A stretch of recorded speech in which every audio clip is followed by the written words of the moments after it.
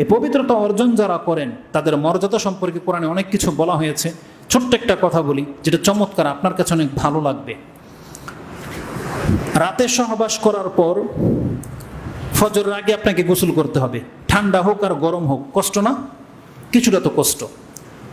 অনেক গরমের মধ্যে পানি সংগ্রহ করা এটাও কষ্ট।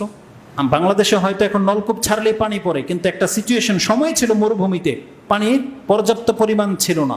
ঠান্ডার মধ্যে পানি সংগ্রহ করা তো আরও কষ্ট, কিন্তু আমাদেরকে পবিত্র হতে হবে। আপনি যে কোনো জায়গায় থাকেন না কেন পবিত্র হতে হবে। একটু কষ্ট কিনা? কষ্ট।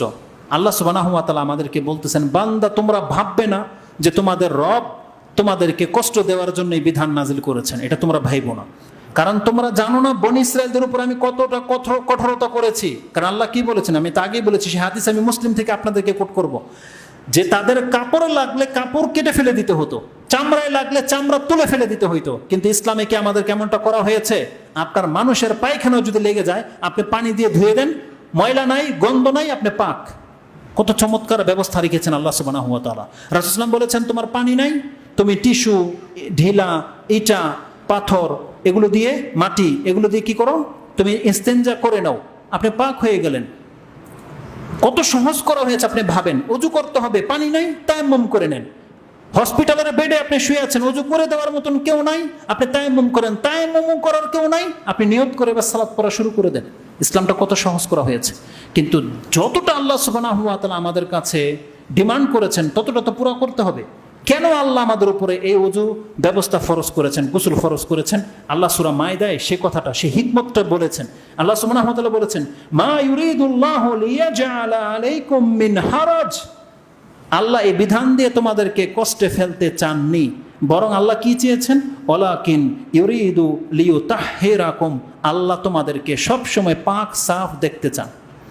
আল্লাহ সবসময় তোমাদেরকে পবিত্র দেখতে চান, আল্লাহ তোমাদেরকে অপবিত্র দেখতে চান না। আল্লাহ বলতেছেন, ওয়ালাকিন ইউরিদু লিইউতাহহিরাকুম ওয়া লিইউতিম্মা নি'মাতাহু আলাইকুম ওয়া লাআল্লাকুম তাশকুরুন। আল্লাহ বলতেছেন, যাতে করে তোমরা আমার নেয়ামত পরিপূর্ণভাবে পেতে পারো এবং আমার শুকরিয়া আদায় করতে পারো, এই জন্য আমি তোমাদের উপরে পবিত্রতার বিধানকে ফরজ করেছি। তার মানে আল্লাহ আমাদের জন্য কষ্ট করার জন্য এটা দেন নাই। এই কোরআন নাজিল হয়েছে আমাদেরকে কষ্ট দেওয়ার জন্য নয়, আমাদের মর্যাদাকে বাড়ানোর জন্য। কি বাড়াবে মর্যাদা কোরআন? আপনি একটা আয়াত মুখস্থ করেন, আপনাকে জান্নাতের একটা স্তর উপরে তুলে দেবেন আল্লাহ সুবহানাহু ওয়া তাআলা। আপনি একটা অক্ষর পড়তেছেন 10 নেকি। আর অজু গোসল আল্লাহ আমাদেরকে পবিত্র করার জন্য সৃষ্টি করেছেন, বিধান দিয়েছেন। এবং আল্লাহ আমাদের মর্যাদাকে কিভাবে বাড়াতে চান, আসুন একটা হাদিস আমি আপনাকে শুনিয়ে দিই। রাসূলুল্লাহ সাল্লাল্লাহু আলাইহি সাল্লাম কি বলেছেন? মান তাওয়াদ্দা ফাআহসানাল উদুয়া, যেই ব্যক্তি ওযু করে এবং উত্তম পন্থায় ওযু করে, খারাজাত খাতায়াহু মিন জাসাদিহি, তার মানে তার দেহের মধ্যে যত পাপ আছে ওযুর পানির সাথে সব ধুয়ে যায়। কতক্ষণ পর্যন্ত? হাত্তা তাখরুজু মিন তাহতি আযফারিহি, এবং নখের চিপা থেকেও যদি কোনো পাপ থাকে ঝরে যায়। আমাদের দেহ থেকে এইভাবে পবিত্র করার জন্য আল্লাহ সুবহানাহু ওয়া তাআলা ওযুর ব্যবস্থা করেছেন। এটা আপনি পেয়ে যাবেন, ইমাম মুসলিম কোট করেছেন, হাদিস হচ্ছে 466। এই কথাগুলো আপনার অন্তর যদি জায়গা না নেয় না, আমি আপনাকে জায়গা করার ব্যবস্থা করে দিচ্ছি। আমরা প্রত্যেকে পাপী। আমরা যেই পরিমাণ পাপী, যেই পরিমাণ নোংরামি আমাদের গায়ে লেগে আছে, এই দেহ নিয়ে জান্নাতে যাওয়া যাবে না। এই জন্য আল্লাহ কি করেছেন জানেন? জান্নাত তো কেবল পবিত্র ব্যক্তিরাই যেতে পারবে। এই জন্য আল্লাহ কি করেছেন? ফিল্টারের ব্যবস্থা করেছেন, পবিত্র করার ব্যবস্থা করেছেন। একটা পবিত্রতা হচ্ছে এই ধরনের পবিত্রতা, নামাজ পড়লো পাপ মাফ হয়ে যাবে, অজু করবে পাপ ঝরে যাবে, এগুলো পবিত্রতা। আরেকটা পবিত্রতা হচ্ছে আপনার ব্যথা, কষ্ট, দুঃখ। মুমিনদের কষ্ট দুঃখ কি হয় জানেন?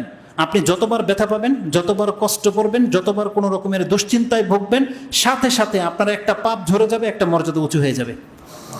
এটা দিয়েও আপনার পাপ বাকি থেকে গেল, মরার সময় আপনার কষ্ট হবে, মরার কষ্টের কারণে আপনার পাপ অনেকটা ঝরে যাবে। তারপরে যদি পাপ থেকে থাকে, আল্লাহ কবরে আপনাকে শাস্তি দেবে। কবরের শাস্তি পাওয়ার পরেও যদি পাপ বাকি থাকে, হাসরের মাঠে আপনাকে কষ্ট দেবে, আল্লাহ শাস্তি দেবে। তারপরেও যদি কোনো পাপ বাকি থাকে, তারপর আপনাকে আল্লাহ জাহান্নামে চুবা দেবে। আর ওই পর্যন্ত নেওয়ার আগে আল্লাহ এই ব্যবস্থাগুলো করেছেন। কোনো ব্যক্তি যদি মরার আগ দিন পর্যন্ত তওবা করে নিতে পারে, সে নিজেকে পাক করে নিল, তাকে আল্লাহ কোনো শাস্তি দেবে না। তওবা এমন একটা পবিত্রতা। আর এই যে ব্যথাগুলো, ব্যথা পাওয়া, 5 ওয়াক্ত সালাত পড়া, ওযু করা, এর মাধ্যমে যদি আপনার পাপ মাফ হয়ে যায়, আপনি যদি পবিত্র হয়ে যান, জাহান্নামে আল্লাহ আপনাকে ঢোকাবে না। তাহলে আল্লাহ এই পবিত্রতাগুলো দিয়ে আমাদেরকে পবিত্র করতে চেয়েছেন। কি বলেছেন আল্লাহ? ওয়ালাকিন ইউরিদুল্লাহু লিইউতাহহিরাকুম, আল্লাহ তোমাদেরকে পাক পবিত্র করতে চান। তার মানে কিসের পবিত্রতা? এই নোংরামি থেকে, পাপ থেকে আল্লাহ আমাদেরকে মুক্ত করতে চান, যেটা আমাদের ওযু গোসলের সাথে ঝরে যায়। নামাজ পড়লে পাপ সব ঝরে যায়, আমরা আল্লাহর কাছে পুত পবিত্র জান্নাতের রূপ নিয়ে যাতে সাক্ষাৎ করতে পারি, আল্লাহ এইটা চেয়েছেন। যার ফলে আল্লাহ বলেছেন যে তোমরা ওযু গোসল করো। এটা ছিল আজকের সংক্ষিপ্ত খুতবা। ইনশাআল্লাহ বাকি কথা আমরা পরবর্তী খুতবাগুলোর মধ্যে আলোচনা করব। আল্লাহ সুবহানাহু ওয়া তাআলা আমাদেরকে বোঝার এবং সেই অনুযায়ী আমল করার তৌফিক দান করেন। আমাদের প্রত্যেকটা মুসলিম সন্তানদেরকে আল্লাহ তুমি জ্ঞানী হয়ে এই সমাজে বসবাস করার তৌফিক দান করো। দেখেন, আমাদেরকে ইসলাম পালন করতে হবে। আপনি মুসলিম হয়েছেন, ইসলামের একজন বাহন হন, ইসলামের একজন বার্তাবাহক হন, ইসলামের একজন সোলজার হন, আপনি ইসলামের একজন দায়ী হন, হইতে হবে আপনাকে। কারণ আমরা যদি ইসলামটাকে আমল দিয়ে প্রচার প্রসার না করি, আমাদের ইসলাম তো অন্য ধর্মের কাছে বিলুপ্ত হয়ে যাচ্ছে। আপনি বিয়ে শাদীর মধ্যে অন্য কালচার অ্যাপ্লাই করেন, আপনার ধর্মটা সেখানে গায়েব হয়ে গেছে। কিন্তু আপনি যদি ধর্মমতী বিয়ে করেন, আপনি যদি কোনো একটা অনুষ্ঠানে ফ্রেন্ড সার্কেলদের সামনে আপনি যদি ধর্মটাকে অ্যাপ্লাই করেন, যে আপনি ডান হাতে খাচ্ছেন, সবাই বাম হাতে খাচ্ছে, আপনি ডান হাতে খাচ্ছেন এবং অন্যকে বলতেছেন ভাই ডান হাতে খাও, বিসমিল্লাহ বলো, তাতে কি আপনার মান সম্মান কমে যাবে? আপনি খান না ব্রুস্টেড খান, আপনি পোড়া মুরগি খান, ইসলাম তো বাধা তো দেয় নাই, কিন্তু আপনি কোন হাতে খাবেন? ডান হাতে খান, বিসমিল্লাহ বলে খান। তাতে তো আপনার কেরিয়ার ধ্বংস হয়ে যাবে না, তাতে তো আপনার মানমর্যাদা নষ্ট হয়ে যাবে না, বরং আপনি নেকি পাবেন। আপনি যত ডান পায়ে পড়েন, প্রকাশ্যে ইসলামের যে বিধানগুলো আছে সেগুলো আপনি প্রকাশ্যভাবে পালন করার চেষ্টা করেন। আপনি চেষ্টা করেন না মাথার মধ্যে একটা টুপি রাখতে চেষ্টা করেন? কি আপনার এত আপত্তি? এমন কি আপনার স্মার্টনেস নষ্ট হয়ে যায় টুপি পরলে? বলেন না, আমাদেরকে এটা করতে হবে।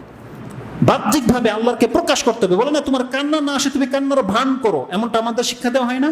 আরে আপনার ইসলাম ভেতরে থাক বা না থাক, আপনি বাহ্যিকভাবে পেশ করে দেন আপনি মুসলিম, তাহলে তো আমাদের সমাজটা উন্নত হয়ে যায়। আপনার যে নোংরামিগুলো আছে, পাপগুলো আছে, আপনি লুকিয়ে করেন, আল্লাহর কাছে তওবা করেন, পারলে সব ছাড়েন, কিন্তু প্রকাশ্যে পাপ করা থেকে বেঁচে যান। যারা সিগারেট খান, রাস্তার মধ্যে সিগারেট খাবেন না, যাতে বলতে পারেন এই ফরাজি কান্দার এই রাস্তার মধ্যে কেউ সিগারেট খায় না। মিউজিক শুনেন আপনার ঘরে, চুপচাপ শুনেন, আপনি কাউকে শোনায়েন না, পারলে ছেড়ে দেন, এটা আপনার উপর ফরজ, কিন্তু আপনার প্রকাশ্যে গান বাজনা বাজাবেন না। মানে নোংরামের যে এটা পথগুলোকে বন্ধ করার চেষ্টা করেন। আপনার গার্লফ্রেন্ড আছে, ঠিক আছে, আপনি ঘরে নিয়ে যান, ওখানে গিয়ে হাত ধরে বসে থাকেন, পারলে বিয়ে করেন, কিন্তু পার্কে রাস্তাঘাটে নয়। রিক্সার মধ্যে আপনি যা খুশি তা করবেন অন্যদের সামনে, এগুলো তো কুত্তাও করে না, কুকুরও করেন এরকম। আজকে যে ব্যবসার নাম দিয়ে আপনি ওই বিভিন্ন ডিম পার্ক করেছেন, আপনি ডিম লাইট একটা লাগিয়ে দিয়ে একটা পার্সোনাল কক্ষ দিয়ে দিয়েছেন। কোন পর্দাসীন পুরুষ, কোন হুজুর আছে তার ওয়াইফকে ওই জায়গায় খেতে নিয়ে যায় প্রত্যেকদিন সন্ধ্যায়? আপনি তাকে জন্য পার্সোনাল রুম করে দিয়েছেন। কোন ব্যক্তি আছে তার ওয়াইফকে নিয়ে ওইসব জায়গায় যায়? কিন্তু কারা যায় এটা তো আমরা জানি। আপনি তো সেই ব্যবস্থা করে দিয়েছেন ব্যবসার নামে। তাহলে আপনি তো ফাহিশাটাকে আম করে দিলেন। নোংরামি হোক আপনার জায়গায়, আপনার প্রতিষ্ঠানে, এটা আপনি চাচ্ছেন, আপনি সেই সুযোগ করে দিয়েছেন। এইভাবে তো আপনার বোনও একদিন যাবে, আপনার মেয়েও যাবে একদিন। আপনি আজকে যাকে নিয়ে গিয়েছেন এই জায়গায় আপনার মেয়েও যাবে, আপনার বোনও যাবে, সেদিন তো আপনি কিচ্ছু করতে পারবেন না, ধরেও রাখতে পারবেন না। এই জন্য সেই জায়গায় যেন আমার মা বোন যেতে না পারে, এটা আজকে বন্ধ করতে হবে। আপনি ব্যবসা করেন, ওপেন ব্যবসা করেন, বিজনেস হালাল বিজনেস, কিন্তু সেখানে নোংরামের ব্যবস্থা কেন রেখেছেন? সেখানে অলওয়েজ মিউজিক কেন বেঁচে থাকবে? কেন বেঁচে থাকবে? এসিওয়ালা দোকানগুলো, আপনারা সেখান থেকে যে প্যান্ট শার্ট কিনতে যান, আপনি দেখেন এই যে রং আছে, এটা রং না কি জানো, যাই হোক, অলওয়েজ রমজান মাস পর্যন্ত মিউজিক চালিয়ে রাখে। সেখানে মহিলাদেরকে রেখেছে কাউন্টারে, আর আপনারা যুবকরা সব সেখানে গিয়ে ভিড় করেন। এমনটা চলবে না। আমাদেরকে ইসলামটাকে পালন করতে হবে। দেখেন, ইসলাম জয়ী হবে আমরা যদি পালন না করি, তাহলে আল্লাহ অন্যকে দিয়ে পালন করিয়ে ইসলামটাকে জয়ী করবে, আমাদেরকে আল্লাহ লাঞ্ছিত করে দেবে। আল্লাহ সুবহানাহু ওয়া তাআলা আমাদেরকে বোঝার এবং সে অনুযায়ী আমল করার তৌফিক দান করুন। আল্লাহ যেন আমাদের যুবক ভাইদের চরিত্রকে হেফাজত করার তৌফিক দান করুন, তাদেরকে বিয়ে করার ব্যবস্থা করে দিক। যে সমস্ত ভাইদের ইনকাম নয়, আল্লাহ তাদেরকে হালালভাবে ইনকাম করার তৌফিক দান করুন। আল্লাহ তাদেরকে উত্তম মুসলিম হিসেবে বেঁচে থাকার তৌফিক দান করো। আল্লাহ আমাদেরকে উত্তম সঙ্গী দান করো, আমরা যেন জাতির কল্যাণ বয়ে আনতে পারি। আল্লাহ যারা কল্যাণকর কাজ করে, আল্লাহ তুমি আমাদেরকে তাদের অন্তর্ভুক্ত করো। আমিন ইয়া রাব্বাল আলামিন। আকুলু লিকাউলি হাযা আস্তাগফিরুল্লাহ লি ওয়া লাকুম ওয়া লিসাইরিল মুসলিমিন ফাস্তাগফিরু ইন্নাহু হুয়াল গফুরুর রহিম। সর্বশেষ একটা আয়াত আপনাকে বলবো, সেটা হচ্ছে আল্লাহ সুবহানাহু ওয়া তাআলা বলেছেন, ইন্নাল্লাহা ইউহিব্বুত তাওয়াবিনা ওয়া ইউহিব্বুল মুতাতাহহিরিন, নিশ্চয়ই আল্লাহ সুবহানাহু ওয়া তাআলা তওবাকারীদেরকে ভালোবাসেন এবং পবিত্রতাকারীদেরকে ভালোবাসেন, যেটা আল্লাহ সুবহানাহু ওয়া তাআলা কোরআনের 2টা জায়গায় উল্লেখ করেছেন, যেটা আপনি সূরা বাকারাতেও পাবেন, যে যারা পবিত্রতা অর্জন করে আল্লাহ তাদেরকে ভালোবাসেন। এই জন্য সবসময় আপনি নিজেকে একটু পাক সাফ রাখার চেষ্টা করবেন। যেমনটা বলেছি, আপনার উজু ফরজ হয়ে গেছে, উজু পর করলে চলবে, অন্তত পক্ষে সারাদিন ঘর থেকে বের হলে আপনার প্যান্টটাকে প্রস্রাব থেকে মুক্ত রাখার চেষ্টা করেন। আপনি যখনই পাক সাফ থাকবেন না, দেখবেন কোনো বাধা নাই, আপনার চাইলে নামাজ পড়ার প্রতি আপনার মন জাগবে। কিন্তু আগেই যখন আপনি নিজের মধ্যে বাধা তৈরি করে রেখেছেন, কি বাধা? প্যান্ট পরেছেন, রানের দিক থেকে হাঁটুর দিক থেকে কয়েকটা ছিঁড়াতালি, আপনি নিজেও জানেন যে এই প্যান্ট পরে নামাজ হইব না।